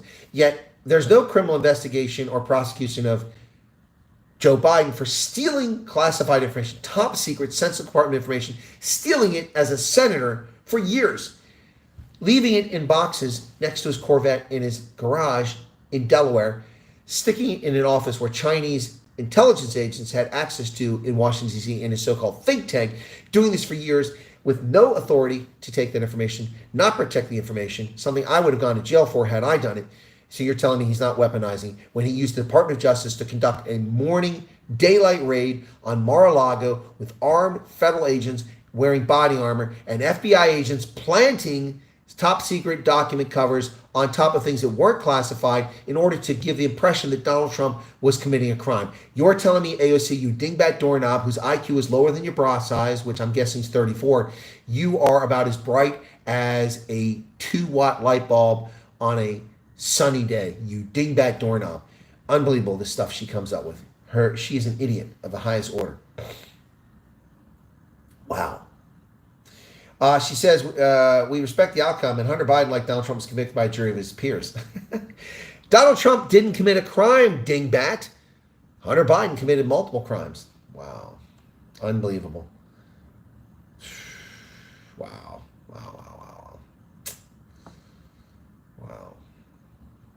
A federal jury has convicted Hunter Biden of all 3 felony gun charges he faced, including the violated laws meant to prevent drug addicts from owning firearms. The first 2 counts were for lying about his drug use on a federal background check form, and the third count was for possessing a gun while addicted to or using illegal drugs. The judge said sentencing is usually set for 120 days following the verdict. Hunter Biden could face 25 years and a $750,000 fine. Not going to happen. Following the verdict, Hunter Biden said he's more grateful of the love and support of his family. Yeah, shut up. Wow. Unbelievable. One juror told CNN, I really don't think Hunter belongs in jail. Oh, see, he doesn't belong in jail. The jurors said they were mainly focused on evidence, not Hunter Biden's lifestyle, adding that politics did not come up. Man said the jurors felt bad that Naomi Biden, Hunter's daughter, was called to testify. He said, in his opinion, it was a mistake to put her on the stand. Well, President Biden doesn't mention his son's conviction in first public appearance since the jury's verdict. Yes. Well, there you go. So Hunter Biden found guilty after, so Alexandria Ocasio-Cortez claims that the Democrats respect the process, but they frustrated the prosecution of this case for years, for years. Yep. ENC says South Africa is becoming a kidnapping hotspot. Yep. Yep. A visible ranking of transit ports underscores long haul fixed logistics operations. Yep. 59 countries showing interest to join BRICS. This is a bunch of nonsense from a propaganda site that for some reason Google keeps placing on here. Rob Hersoff says a roadmap for South Africa, what our country needs. Rob, who said he wasn't getting involved in politics, is suddenly talking to a lot of people. Unfortunately, the number I have for Rob doesn't appear to be current. So South Africa is fast becoming one of the world's kidnapping hotspots. Insurance data and service provider says the world population review list of the country shows the country has jumped to 6 regarding kidnapping, especially for ransom. More than 15,000 kidnaps are reported to police in the 2022-23 reporting period alone. Wow. According to this propaganda site, Vino D'Souza says that 59 countries want to join BRICS. Now, the BRICS summit scheduled to be held in Kazan region of Russia in October of this year. We'll see the attendance of 4 newly inducted countries, the UAR, Egypt, Iran, Ethiopia. The 9-member alliance it's not an alliance. Stop saying that. There's no treaty. It's not an alliance. BRICS aims to cut ties with the US dollar and use local currencies for all cross-border transactions. Yeah, fine. You really think that people want the Egyptian dinar or whatever it is, or the UAR dinar, or the Iranian currency, the Ethiopian currency? You're going to trade that? I can't use Ethiopian currency outside Ethiopia. You think the Russians are going to take that for oil? I don't think so. Utter nonsense. This is just fantasy. Rob Hersoff, business. Let's see what he says. Rob Hersoff outlines a roadmap for South Africa's recovery, focusing on achieving stability. He proposed the Government National Rescue Coalition, ANC, DA, IFP, and PA. I would leave the PA out. Hersoff stresses urgency, recommending swift, decisive actions. Is Rob buying this stuff? Biz News is devoting a lot of ink to Rob Hersoff. Is he funding Biz News? I mean, is he a contributor? Every time you turn around, they're reporting on what he has to say. I wish I was a billionaire so I could buy news coverage. We need to make this count. I want that. What's this? Anyway, he says, what South Africa needs? Stability for 2 to 5 years, economic growth, employment, efficient service provision, safety and security for all. Duh. How do we achieve this? Stability, a government that represents more than 60% electric. Well, I came up with that. ANC, DA, IFP. You don't need PA. Economic growth, employment, deregulation, encourage FDI, privatize state-owned enterprises, push back Assad. All things I've said. Service provision, privatization, decentralization, strengthen national government, hire competent people, remove the cater network. All things I've said. Safety, security, tough on crime, enforce the rule of law, initiate deportation of illegal foreigners, strengthen the border. All things I've said. Coalition options deliver. It's not likely decapitate the cater network by forming a government that excludes the DNA and the ANC. Most likely, ANC, DA, IFP, PA. PA is not necessary. He says, as much as I love the idea of Fotsec, ANC decapitating the ANC monster with its cater network in one fell swoop, this coalition wouldn't last 2 months. Agreed. Yep. Anyway, so he wants PA, so he gives him 68%, which would allow them to change the Constitution, which I think is a bad idea. So, Rob, I disagree with what this Biz report that you've written here, they're publishing for you. I disagree with it entirely. Not going to happen. Right. What else is going on here? Emergency landing. What's this? That's the Malawi thing.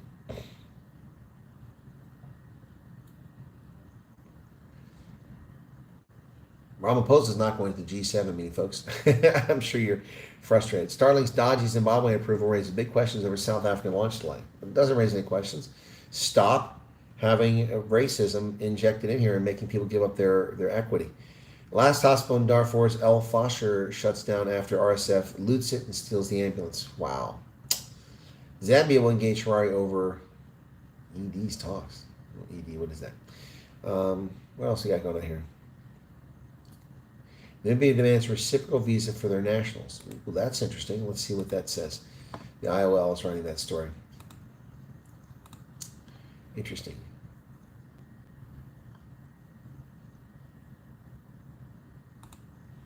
So, Namibia's Ministry of Home Affairs, Immigration, Safety, and Security, that's a mouthful, has declared that 31 countries, mainly from Europe, will be removed from its visa exempt list due to the lack of reciprocal visa arrangements for Namibian citizens. Well, that's comical, Namibia. You're going to shoot yourself in the foot when it comes to tourism. The reason you have visa-free entry for Germans is because they spend a buttload of cash in your country, and none of them are economic migrants to your backward country.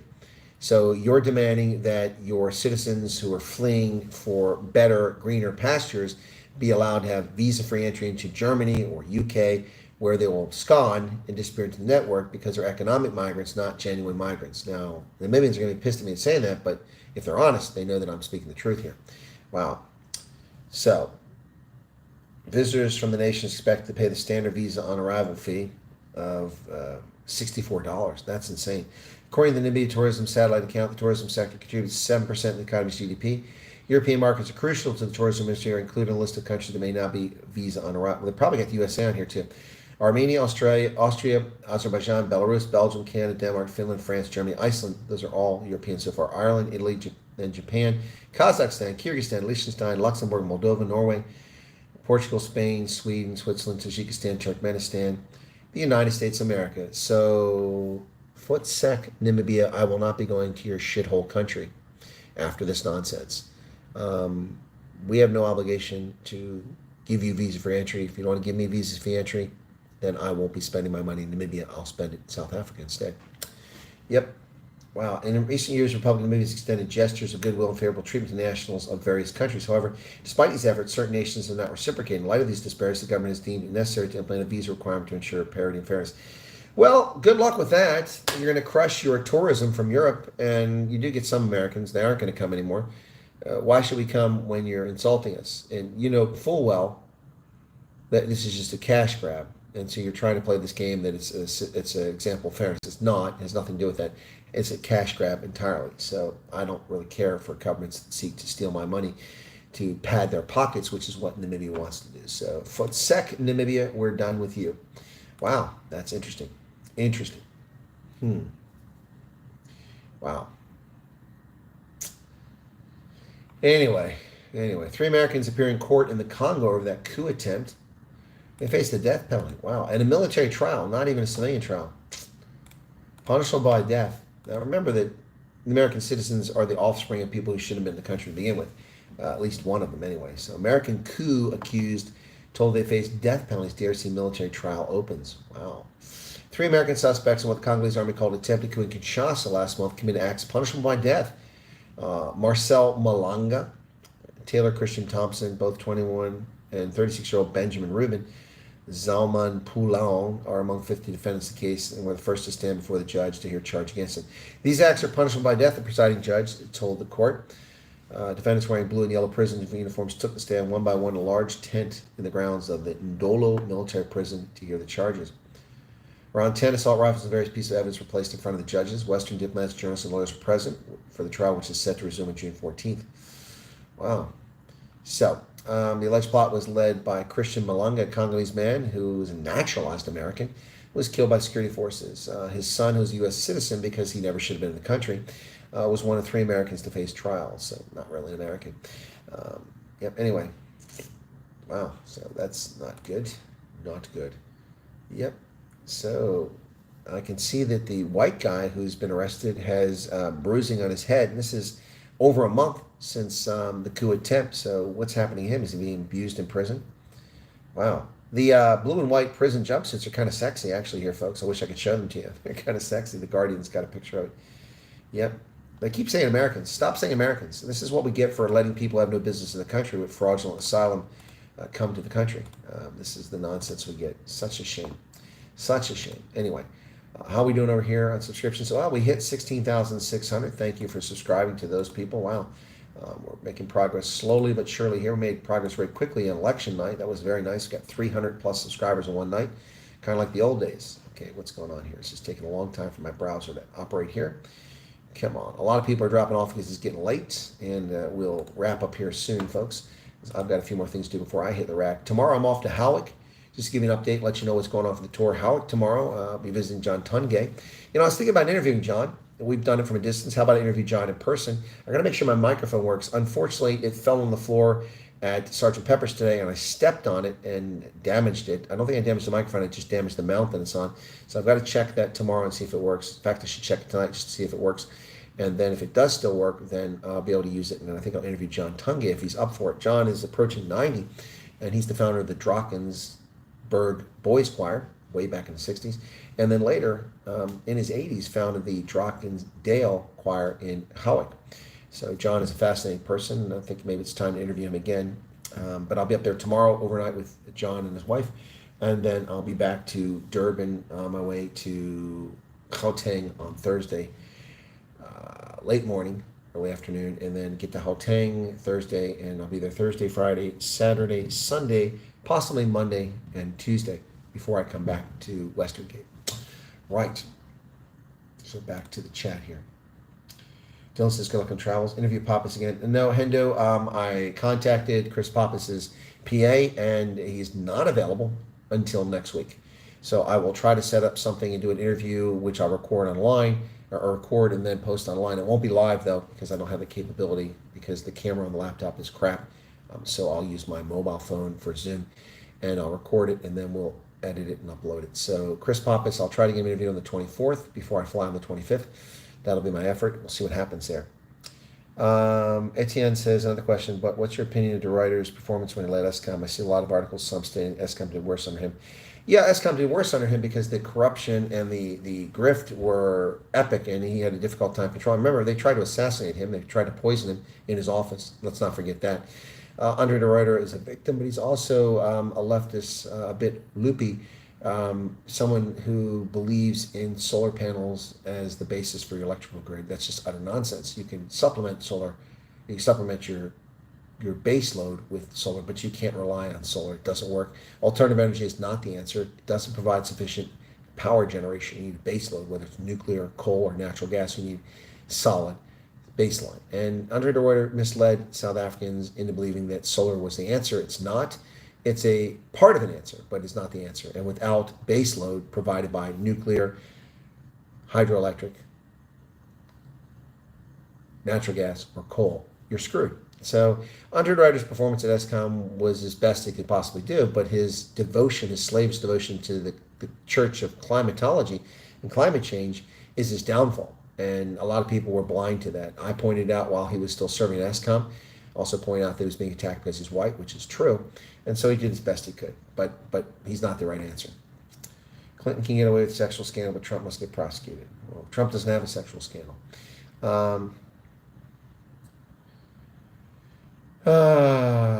What else? John Tungay, yep. Okay. Richards Bay, okay. Is Chris Pappas in how? Yes, he is, Charles. He's still the mayor. Of course, he won't be the premier of the KZN. I won't see Chris Pappas, Garrett, unless he gives me a call. Chief County has one black guy. You don't hear me crying racism because I understand. Yeah, well, I expect mostly Indians to be playing that game. Do you think you could ever interview Helen Zilla? Joking Atheist, I was in a panel a few years ago on Western Cape Secession. Helen Zilla turned up in the panel. I didn't know she was there because the screen was full on Zoom and she wasn't there because she wasn't talking. And I mentioned about 10 minutes before we started that someone said Helen Zilla's going to be here. I said, oh, Helen's here. That's fantastic. I've had no luck reaching her. I'm contacting the wrong people, or they're keeping me from getting a hold of her. I've wanted to interview her for some time, particularly now that her book's coming out on Go Woke, Go Broke. And I'd love to interview. And all of a sudden, Helen Zilla pops on screen and says, Chris, I know who you are. I would love to do an interview just anytime. Well, here we are 3 years later, and Helen Zilla has ignored and rebuffed my request.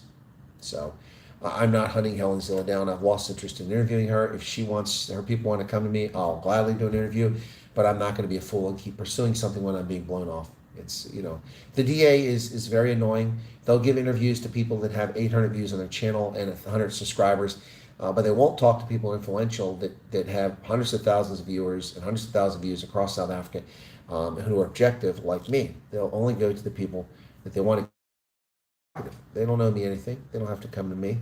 That's their prerogative. But I've tried to interview Helen Zilla. She didn't have to say that. I didn't ask her to say it. I didn't even know she was there. So the fact that she said it and then didn't follow through is a bit disappointing. Ronaldo seems to think that I'm bumhurt over it. I'm not. I don't paint a guest. Nobody owes me anything. I don't hunt them down. What recorder do you use, Colonel? Your sound is so good. Sandy, I'm using my Samsung S21 Ultra mobile phone, which has been brilliant. I have taken over 700,000 photographs with this phone since I got it in 2021, I think it was. I mean, it was 2020. And I've recorded over 50,000 videos, and it's still going strong. The microphone I'm talking about is a remote microphone that plugs into the USB connector at the bottom, or the USB connector at the bottom. Well, not USB, whatever it is.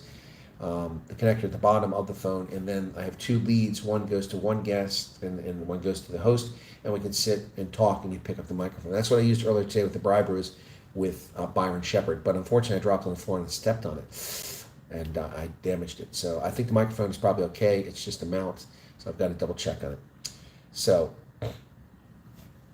what else?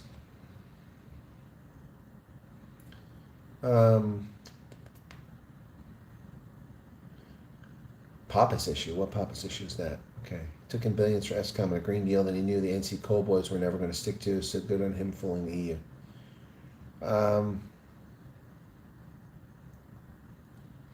Did Citizen Concern ever reach out to you? I wrote to her 3 times. Nope. Never heard from her, Garrett. Sandy says, wow, are you surprised? That's why I use this mobile. I have another mobile here. This is a A22 from Samsung, and it's really crappy, I mean, compared to this one. So I only use this in desperation when I don't have Wi-Fi.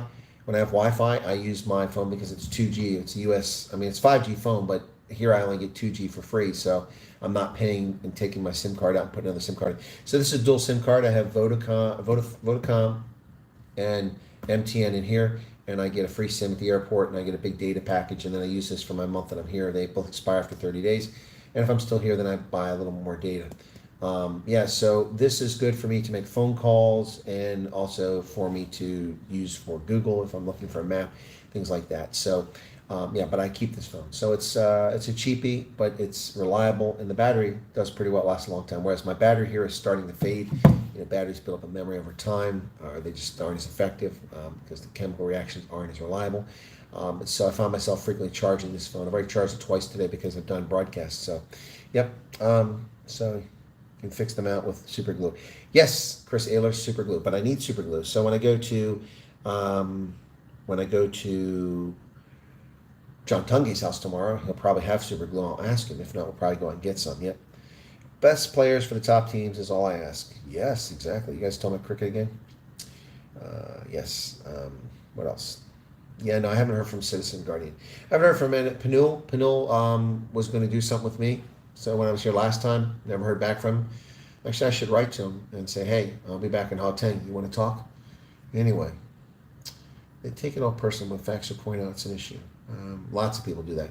So, all right. Okay, folks, I think we're losing people left and right. It is after 11, going 11:30 here tonight. So I don't know what bicarb does. That's like the bubbly stuff. Just super glue do the trick. So, wow, my video just disconnected there for a second. 154 likes. If people could hit the like button, I'd appreciate that. We did hit 16,600 subscribers tonight. Met a lovely gentleman on the flight today, coming in from PE. He's also taking the same route as me. I think we're almost on the same flight going back to Hauteng later. Or maybe he's got an earlier flight, but he went from Hauteng on, I think, on the same plane as me. I didn't know that. Flew to PE, and then we left on the same flight from PE, sat next to each other to Durban, and now he'll be up to Hauteng on Thursday, just like me. So interesting. Glue alone is useless. Why is glue alone useless? I've used super glue multiple times. It works fantastic. So it's a bonding agent. Well, super glue is a bonding agent. I don't understand that, Chris Ayler. Anyway, thank you all for being here. By the way, we've gained about 1,400 subscribers in the last 60 days. We need about 14,000 more. All right, so I thought as much. Okay, well, I don't know anything about bicarb, so maybe I can go find somebody who can do that for me. All right, we're going to wrap it up here. Thank you all. Tomorrow, I'll be doing a recorded program with one of the rugby channels. I'll let you know about that and where it's at after it's done and posted.